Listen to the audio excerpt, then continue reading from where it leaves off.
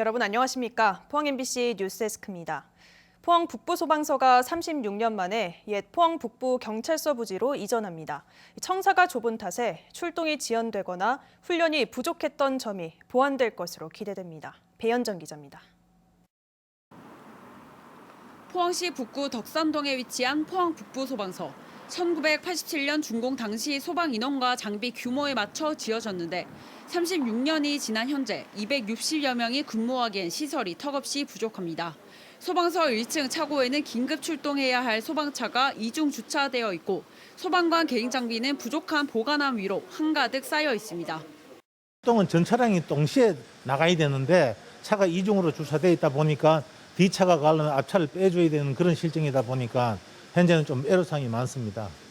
훈련도 근처 공원 부지에서 실시해야 할 정도로 열악합니다. 이러한 시설을 보완하기 위해 오는 2026년까지 바로 맞은편에 있는 옛 포항 북부경찰서 부지로 이전이 확정됐습니다. 신설될 포항 북부소방서는 총 면적 5,049제곱미터의 4층으로 아이 돌봄센터와 심폐소생술 교육센터 등 예방 안전을 위한 시설도 들어섭니다. 신설 계획에 따라 지난해 12월 포항시가 부지 매입 계약을 위한 예산 10억 원을 확보했습니다. 22년 12월에 부지 매입비 10억이 확보되었다는 것을 연락받았습니다. 이후 2023년에 설계비를 반영하고 이후부터 3년간 26년까지 저희 사업 계획을 추진할 예정으로 있습니다. 총 사업비는 386억 원이 들 것으로 예상되는데 올해 상반기까지 부지 매입을 완료하고 2026년까지 소방서 준공을 완료하겠다는 겁니다. 포항 북부소방서는 청사 이전을 통해 시민 안전에 힘쓰겠다고 밝혔습니다. MBC 뉴스 배현정입니다. 신라시대 고분이 모여있는 대릉원이 오는 5월부터 무료로 개방됩니다. 경주시는 대릉원 무료 관람 개정 조례안을 3월 의회를 거쳐 최종 확정하고 기존 4개의 출입문 이외에 동편 출입문을 추가로 만들기로 했습니다. 한편 대릉원 내 천마총은 문화재 보존과 관리 효율을 위해 관람료를 받을 예정입니다. 포항시가 올해부터 시설 퇴소, 가정 위탁 보호 종료 등으로 홀로서기를 해야 하는 아동에 대한 지원을 확대합니다. 시는 자립 정착금을 800만 원에서 1,000만 원으로 올리고 월 40만 원의 자립수당을 지원합니다. 또 개별 생계급여 지급이 올해부터 가능해짐에 따라 대학 진학 등으로 시설 밖에서 생활해야 하는 경우 1인당 월 62만 원의 생계급여가 지급됩니다. 포항 영덕간 고속도로 건설 구간에서 고려시대 유적이 발견되면서 내년 예정된 완공 일정에 차질이 빚어지고 있습니다. 문화재위원회가 보존 결정을 내려서 유적 아래로 터널을 뚫어야 하는데요. 추가로 드는 330억 원의 예산 확보도 문제지만 터널 공사에도 상당한 어려움이 예상됩니다. 김영희 기자입니다. 포항 영덕간 고속도로 건설 구간 영덕군 남정면 양성리에서 지난 2020년 고려시대 유적이 발견됐습니다. 외구 방어를 위해 축조된 성곽의 길이가 400m, 전체 면적은 10,000제곱미터로 동해안에서 찾아보기 힘든 중요 유적으로 평가받았습니다. 동해안에서 조사된 그 고려시대 토성이 이렇게 정확히 남은 예는 이번이 아마 처음인 것 같습니다. 구조적으로도 그렇고 역사적으로도 그렇고 굉장히 중요한 산성이라고 생각됩니다.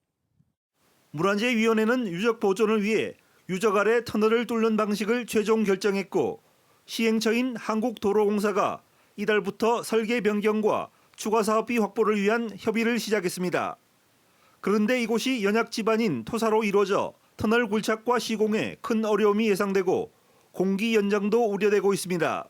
안반 구간보다는 토사 터널은 보강이 많이 필요하고 그거에 따라 시간도 많이 필요한 상태입니다. 또 유적의 절반 정도는 보존 조치에 다른 곳으로 옮기고 터널을 만든 뒤 터널 상부에 다시 유적을 복원하는 공법이어서 상당 시간이 걸릴 것으로 예상됩니다. 더구나 330억 원의 추가 예산이 필요한데 언제쯤 사업비를 확보해 터널 공사가 시작될지 아직은 전망이 불투명한 상태입니다. 총사비가 변경되고 300억 정도 증액되는 사항에 대해서 중앙정부에서 빨리 승인을 해주시고 이게 공사가 착공될 수 있도록 빨리 진행되었으면 좋겠습니다. 경북 동해안 최대 수건 사업인 포항 영덕간 고속도로 건설이 2024년 계획대로 완공될 수 있도록 정부의 수속간 예산 지원과 관심이 필요합니다. MBC 뉴스 김혁일입니다. 남부지방의 가뭄이 장기화되면서 포항 지역에 원수를 공급하는 이맛댐과 영천댐이 가뭄 관리 대상에 추가됐습니다. 이 가운데 안동댐과 이맛댐은 지난달부터 선제적으로 하류로 흘려보내는 용수 감량에 들어갔습니다. 안동과 이마, 영천댐 세 곳은 지난 9월 가뭄 단계가 해제된 이후 비가 충분히 내리지 않으면서 4개월 만에 다시 관리에 들어가게 됐습니다.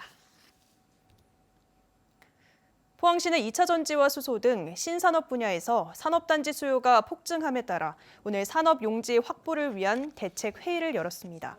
시는 신규 산업용지 확보에 오랜 시간이 걸리는 점을 고려해 기업이 적기에 입주할 수 있도록 종합적인 산업용지 공급 계획을 마련하기로 했습니다. 단기적으로 LH와 수자원공사 등 관련 기관과 협의해 기존 산단을 확장하고 장기적으로는 신규 산단 부지를 추가로 확보해 신산업 관련 기업들이 포항에 뿌리 내릴 수 있도록 도울 계획입니다. 법적인 문제에 휘말렸을 때 어떻게 대응을 해야 할지 막막한 경우가 많은데요. 노약자나 장애인, 외국인과 같은 사회적 약자들은 정보를 접할 기회가 적다 보니 더 어려운 상황에 놓일 수밖에 없습니다. 대구지방법원이 이들을 돕기 위해 사법접근센터를 열었습니다. 김은혜 기자입니다. 대구지방법원 종합민원실에 있는 사법접근센터입니다. 독립된 공간에 상담실이 마련돼 있고 사람들이 차례를 기다리고 있습니다. 한 30대 자영업자는 건물주와 임대차 계약 해지 과정에서 어려움을 겪다가 이곳을 찾았습니다. 이게 뭐 벽지라던가 기타 등등에 대해서 완전 새 가게처럼 바꿔달라고 구두상에 주장을 하니까 좀 너무 억울한 상황이라서 어떻게 대응을 해야 될지를. 사법접근센터는 단순한 민원 상담을 넘어 분쟁 해결에 필요한 정보와 사법적 지원 방안을 안내합니다. 장애인과 외국인, 북한 이탈 주민 등을 위한 우선 지원 창구에는 법무사가 상담위원으로 근무하고 변호사회와 노무사회 등 유관 기관도 참여합니다. 사법접근센터는 수원, 전주 등에 이어 전국에서 5번째로 대구지법에 마련됐습니다. 사회적 약자들은 자신의 권리를 침해당하기 쉬운 반면 막상 자신의 권리를 주장하고 옹호하는 데에는 어려움이 많습니다. 이러한 사회적 약자들이 보다 손쉽게 사법 서비스를 이용할 수 있도록 하여 다른 사람들과 동등하게 사법 절차에 참여할 수 있도록 도움을 드리고자 합니다. 지난해 11월 초 개소 이후 하루 평균 90여 명이 직접 찾거나 30여 명이 전화를 통해 사법접근센터를 이용했습니다.